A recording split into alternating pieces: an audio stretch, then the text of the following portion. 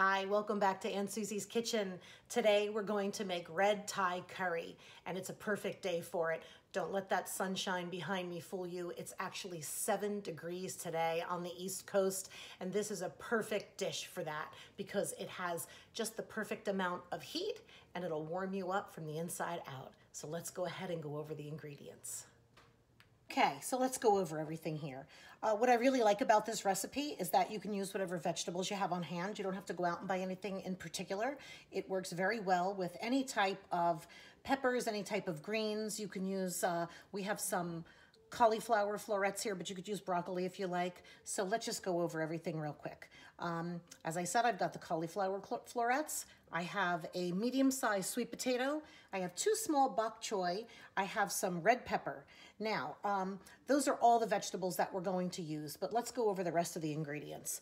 2 cups of vegetable broth. This is the broth that we made in another video. You can go ahead and check that out. It has some beautiful flavor, and you can see the depth of the color in there. It's not like the kind you get in the grocery store where it's kind of see-through. This is a real rich, beautiful vegetable stock. I have a can of whole fat coconut milk. We're going to open that together because I want to show you what that looks like on the inside for those of you who are not familiar working with it. We also have some regular salt. I have 1 teaspoon of sugar. I have some limes here, and I have some cilantro. We're going to use that at the end. And I also have, of course, the star of the show. I have the red curry that we made. That is also another video if you want to go check that out. But if not, you certainly can. Go to your grocer in any of the aisles where they sell some of the Asian products. You can find red curry. They have delicious ones. You don't have to make your own. But if you're feeling adventurous and you like to try different things out, give this one a try. It's a beautiful recipe. So let's go ahead and open up this coconut milk so I can show you what it looks like on the inside.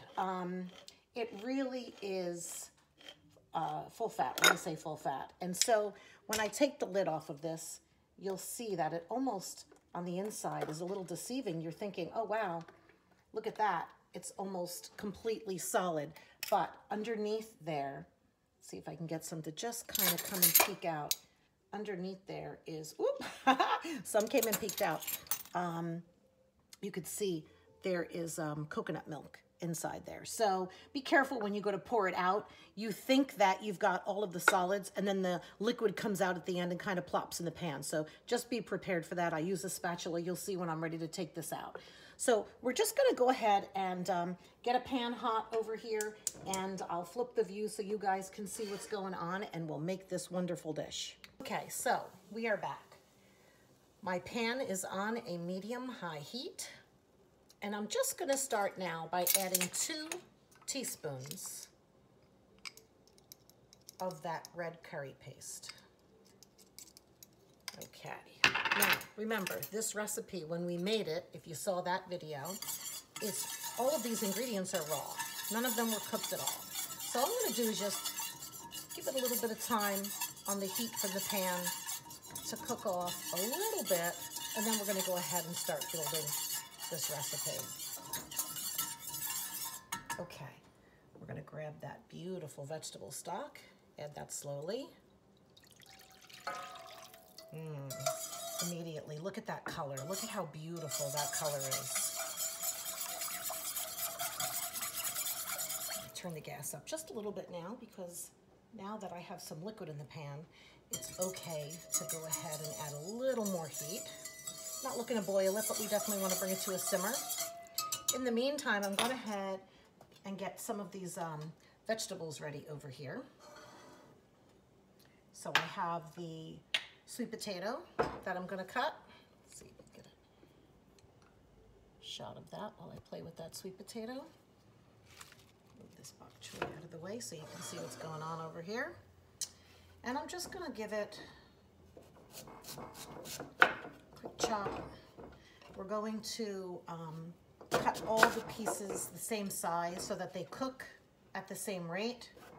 Not too small because we don't want them to disintegrate, but we don't want them too big. We kind of want them bite size, so that's what we're going for here. Push those to the side. Okay, great. So we've got the sweet potato ready. We're going to do the same thing with the red pepper. We're going to cut that the same size. And like I said, this recipe comes together very quickly. Perfect. We already have the cauliflower florets chopped, so let's go ahead and talk again about this coconut milk. So as you see, it is definitely solid, but as I said before, underneath there is the actual coconut milk. So save you that surprise the first time you work with it, because nobody warned me the first time I worked with it. And I thought I was just pulling out these solids up on top, and then all of a sudden the liquid hit the pan, and it scared me more than anything. But if I could save you that surprise, I will. That's not a surprise I would like anyone to have if they don't have to. Okay, so the liquid's hot. So as soon as those solids hit the liquid, it definitely melts. They melt very quickly. And whisk, break up all those little pieces. And that's what we've got right now. We have this really nice, smooth sauce. And I'm just gonna go ahead and start adding all of these wonderful ingredients to it. Got the peppers. Got the potatoes. We'll cut the bok choy right at the last few minutes, and we'll add that because we don't want that to cook away on us. These vegetables that I'm putting in now are all gonna probably take about 15 minutes or so to soften, and that's what we're looking for. We're looking for them to soften and become tender. And then right at that point where they're just starting to soften up, then we'll go ahead and we'll add the bok choy. Again, I know I say this all the time, make sure you wash your vegetables before you cut them. You don't know what happened to them before they got to you. You don't know whose hands were on them. You don't know how well they were cleaned, and you definitely want to give them a good wash. Like I say, sometimes I'll fill up my sink depending on what type of produce it is, and I'll fill it up with some, room temperature water, add a little bit of baking soda, submerge my vegetables, give them a good shake, dry them off on some clean paper towels. You would be surprised to see the amount of sediment and dirt that come off those vegetables. I promise you, once you do that, you will always make it a priority to wash your vegetables before you do anything with them. So we're going to go ahead and put a lid on this pot, and I'm going to let it come up to temperature. I'm going to check it in 5 minutes. I don't want it to boil over. I have the gas on, pretty high, not a full blast high, but a medium high heat. And in 5 minutes, I'm going to set my timer so that I don't forget about it, because I don't want it to boil over, and then we'll be back to check it. Okay, there goes our timer, letting us know that our 5 minutes has passed. Let's take a peek and see what's going on underneath this lid. Okay, perfect. So you see, they're just starting to come to a simmer. And it's probably gonna take another 10 minutes before these vegetables start to get a little bit soft like we want them to. I'm going to leave the lid off at this point because I don't want to run the risk of that liquid boiling up and over the pot. I'm going to make sure that I still have a medium-high heat on, and I'm going to watch them and make sure that they don't start rapidly boiling. If they do, I'll turn the heat down. What I'm looking for is a nice, constant simmer, and we'll check them again in about 10 minutes. Okay, it's been about 10 minutes. We're going to go ahead and check these vegetables. So really all I do is use a sharp knife and insert it and see if they are tender. Sweet potato is perfect. And so is the cauliflower, and I'm sure the peppers are too, because they all are gonna cook probably at the same rate because of the size we cut and the type of vegetables that we use. So this is perfect. It's just simmering very lightly. We're gonna turn it up just a little bit because we're gonna go ahead and add that bok choy now. And this is a great vegetable. I love bok choy. Just cut it down the center, and you'll see there's a little core in there. Just cut along the shape of the core and go ahead and remove that. So bok choy is a delicious vegetable. You see it now more and more in a regular supermarket, or if you go to an international market or a farmer's market, they usually have it. I like to cut mine just like this and maybe saute it with a little bit of fresh ginger and it's absolutely delicious like that. So we're just gonna put this right in here, greens and all. It has a wonderful taste. Get this other stem out. Put this second one up, just like the first one. I'm gonna go ahead and just drop it inside the pan with the rest of these vegetables. And this is going to cook in no time. I'm gonna say maybe 5 minutes or so. So go ahead and submerge them.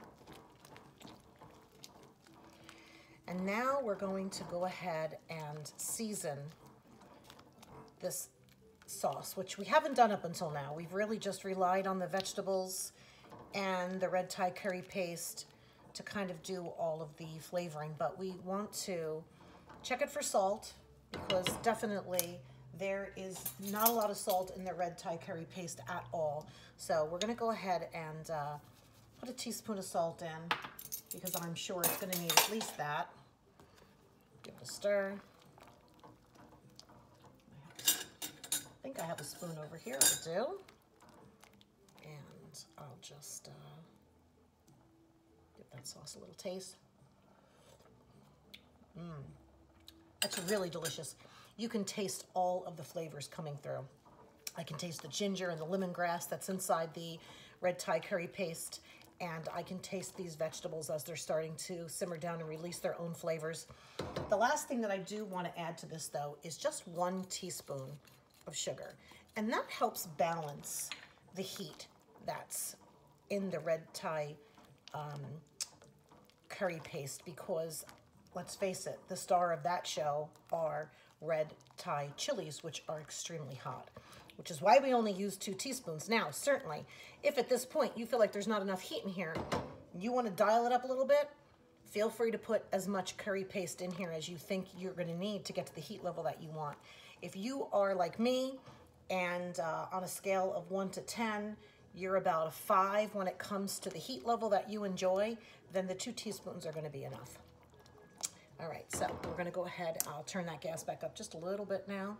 We're gonna let this simmer for another 5 minutes, and then I'm gonna show you how we're gonna put this dish all together.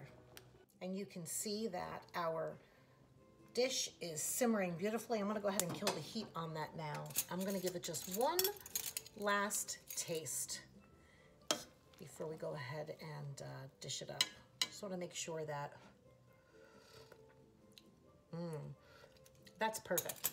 You can really start to taste all of these vegetables as everything simmers so nicely together. So let's put this dish together. I have over here just a very simple dish of some white rice. There's no secret to this rice. It's made the way every other white rice is made.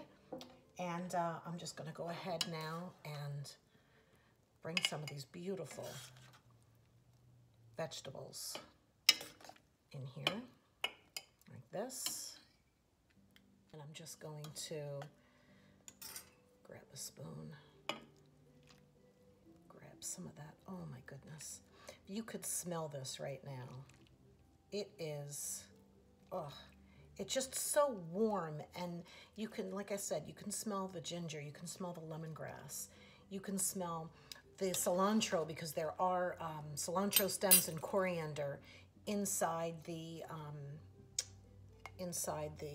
Thai chili paste. So you can smell all of those beautiful, beautiful flavors. I'm just gonna go ahead and put this here. Clean my dish real quick. And then just show you how I finish it. As far as I'm concerned, no spicy food, especially Thai food, is complete without some fresh lime. And no joke, my kids laugh. They're like, a little lime with your food, Mom. I think you ate an entire lime on that dish. And that's how much I love fresh lime. The scent in this is just so beautiful. And then, like I said, we'll just, I'll grab a knife real quick. We'll go ahead and give this cilantro just a quick rough chop. Again, these are just the leaves of the cilantro. You don't want to use stems at this point, because they don't break up the way they do when you put them in something that's put in a blender or in a chopper. So when you're garnishing like this, you always just want to use the leaves. Oh, the scent coming from that is just unbelievable. I don't know how to explain it to you. You have to be here and you have to make it in order to really enjoy it. So now the last thing to do is to taste it. So let's taste it. The rice is my favorite part. I love the vegetables, but the rice and the broth, amazing.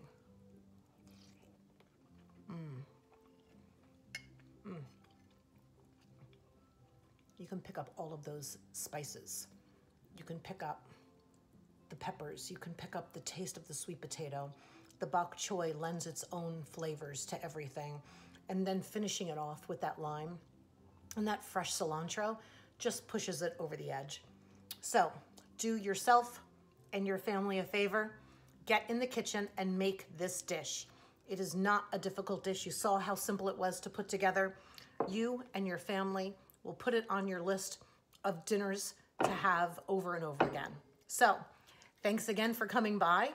Don't forget to like us and make sure you subscribe to our channel. Stop in and see us on Facebook because there's always something good cooking in Aunt Susie's kitchen. Ciao. No joke. This is really good.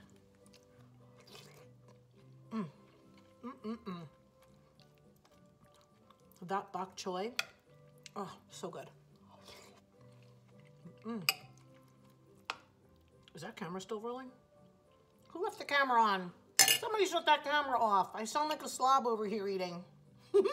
I'm not sharing with any of you.